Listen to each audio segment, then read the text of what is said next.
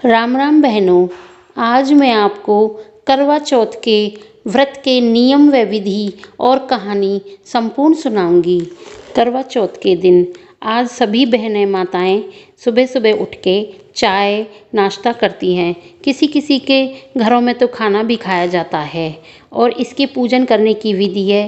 एक मीठा करवा लेते हैं, एक कच्चा करवा लेते हैं। उसमें सभी बहनें माताएं जल भर करके और मीठे करवे से बायना मंजती हैं। कच्चे करवे में जल भर करके एक दूसरे के साथ अपने करवे को पलटती हैं। पट्टे पर चौथ माता बनाती हैं और गणेश जी को भी बिठाती हैं और कहानी के बाद उनकी पूजा करती हैं।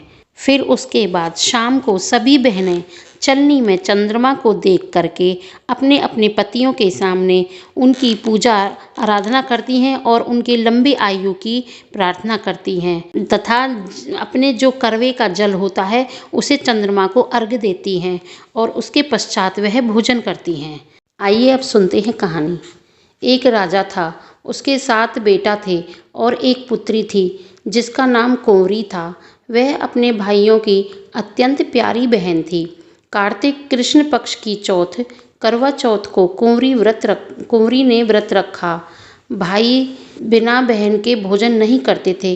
भाइयों ने अपनी माँ से कहा, माँ बहन को भोजन परोसो। माँ ने कहा, आज तुम्हारी बहन का व्रत है, वह खाना नहीं खाएगी, शाम को चंद्रमा देखकर ही खाना खाएगी। इस पर भाइयों ने कहा, जब चंद्रमा निकल जाएगा तभी खाएगी। माँ ने कहा, हाँ। तब कुछ भाई नदी के उस पार पर पहुँच गए। एक भाई घना सारा झाड़ फूस ले आया, एक भाई ने उसमें आग लगा दी, एक ने उसके ऊपर चलनी ढक दी। कोई नसैनी पर चढ़ गया और लगा चांद देखने। किसी ने कह दिया चंद्रमा निकल आया। यह सुनकर बहन अपनी भौजाई से बोली, भाभी चलो चंद्रमा निकल आया। भाभीयों ने कहा, तुम्हारा चंद्रमा निकल आया है, हमारा नहीं निकला है।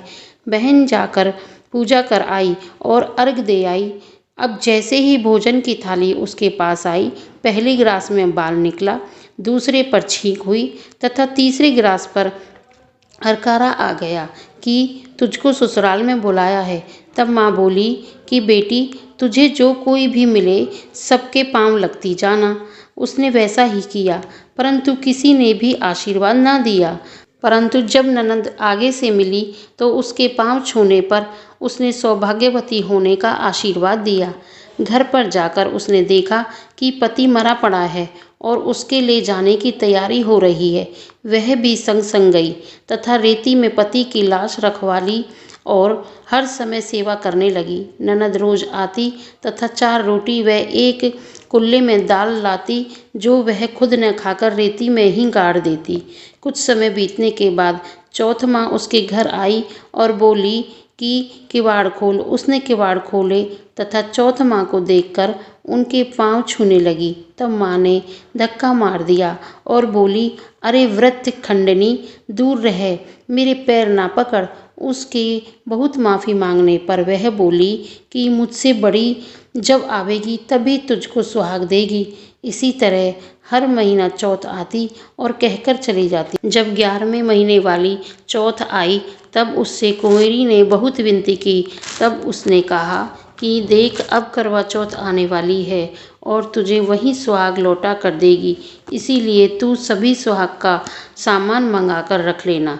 यदि वह तुझे मारे तो पिट लेना, जैसा कहे सुन लेना, परंतु उसकी प्रार्थना करना और उसको छोड़ना मत। जब वह तुझसे सुहाग का सामान मांगे तो एक एक करके देती जाना, वह तुझे तेरा सुहाग लौटा जावेगी। जब कार्तिक मास कृष्ण पक्ष की करवा चौथ आई तो उसने बताए अनुसार ही किया। अब तो माँ ने प्रसन्न होकर उसके पति को पुनः जीवित कर दिया तथा उसकी झोंपड़ी को महल में बदल दिया। अब तो वह महलों में बैठे हुए सार फांसे खेल रही थी। तभी पता लगते ही सभी सुहागल स्त्रियां करवे बदलने के लिए उसके पास आने लगी। जब ननद आई तो वह यह सब देखकर बहुत आश्चर्य करने लगी और सोचने लगी कि मेरी भावज की झोंपड़ी कहाँ चली गई। पता करने पर मालूम हुआ कि वह सभी वैभव चौथ परमेश्वरी का है। तब तो वह बहुत प्रसन्न हुई। इतने में भौजाई ऊपर से उतरकर अपनी ननद के पैर छूने लगी और दोनों मिलकर बहुत प्रसन्न हुई। यह सब समाचार सुनकर राजा रानी बहुत खुश हुए और उनको अपने पास लिवा लाए तथा नगर में ढिंढोरा पिटवा दिया कि प्रत्येक सुहागन स्त्री 12 चौथ का व्रत अवश्य करे और 12 ना बने तो 4 चौथ करे। यदि 4 भी ना कर सके तो 2 चौथ, सकट चौथ और करवा चौथ का व्रत अवश्य ही करे। इसके बाद गणेश जी की कहानी अवश्य कहे। बोलो करवा चौथ मैया की जय। हे करवा चौथ मैया, जैसे पीछे उस ननद को आई ऐसे सभी को अटल सुहाग देना और जैसे पहले आई वैसे किसी को ना करना। कहते सुनते हुंकारा भरते सबका भला करना। बोलो चौथ मैया की जय। गणेश जी की कहानी, जिसे किसी भी व्रत या अन्य किसी कथा को सुनने के बाद अनिवार्य रूप से सुना जाता है। गणेश जी की पूजा के उपरांत विनायक जी की कथा अवश्य सुननी चाहिए। यह अत्यंत शुभ होती है। एक बार गणेश जी महाराज एक सेठ जी के खेत से जा रहे थे। उन्होंने 12 दाने अनाज के तोड़ लिए। फिर गणेश जी के मन में पछतावा हुआ कि मैंने तो सेठ जी के यहाँ चोरी कर ली।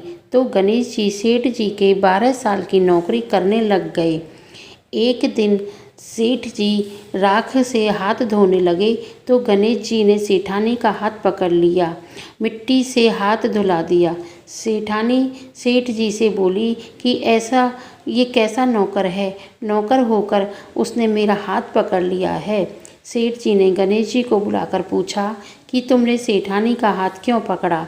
तो गणेश जी ने बोले कि मैंने तो सीख की बात बताई है।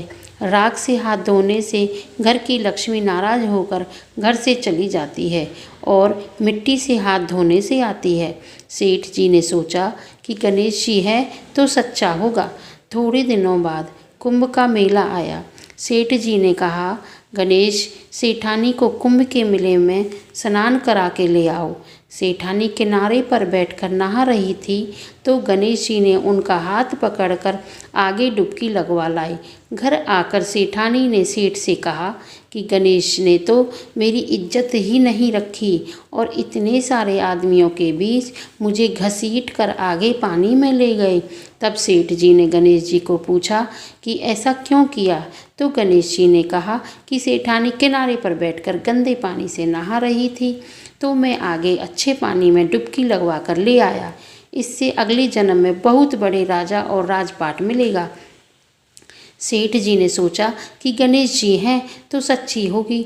एक दिन घर में पूजा पाठ हो रही थी, हवन हो रहा था। सेठ जी ने गणेश को कहा कि जाओ सेठानी को बुलाकर ले आओ। गणेश सेठानी को बुलाने गया तो सेठानी काली चुनरी ओढ़कर चलने लगी। तो गणेश जी ने काली चुनरी फाड़ दी और कहा कि लाल चुनरी ओढ़ के चलो। सेठानी नाराज होकर सो गई। सेठ जी ने आकर पूछा, क्या बात है।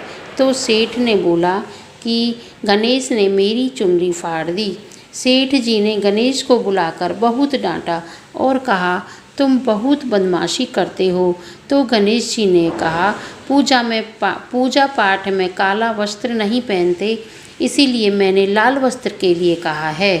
काला वस्त्र पहनने से कोई भी शुभ काम सफल नहीं होता है। फिर सेठ जी ने सोचा कि गणेश है तो समझदार है। एक दिन सेठ जी पूजा करने लगे तो पंडित जी ने बोला कि वो गणेश जी की मूर्ति लाना भूल गए, अब क्या करें। तो गणेश जी ने बोला कि मेरे को ही मूर्ति बनाकर विराजमान कर लो, आपके सारे काम सफल हो जाएंगे। यह बात सुनकर सेठ जी को भी बहुत गुस्सा आया और वो बोले कि तुम तो अब तक सेठानी से ही मजाक करते थे, मेरे से भी करने लग गए। तो गणेश जी ने कहा, मैं मजाक नहीं कर रहा हूँ, मैं सच बात कह रहा हूँ। इतने में ही गणेश जी का रूप धारण कर लिया और सेठ और सेठानी ने ही गणेश जी की पूजा की। पूजा खत्म होते ही गणेश जी अंतर्ध्यान हो गए।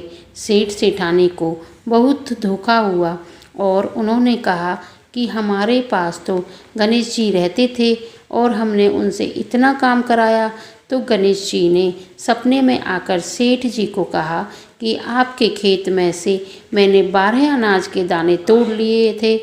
उसी का दोष उतारने के लिए मैंने आपके यहाँ काम किया था। सेठ जी के करोड़ों की माया हो गई।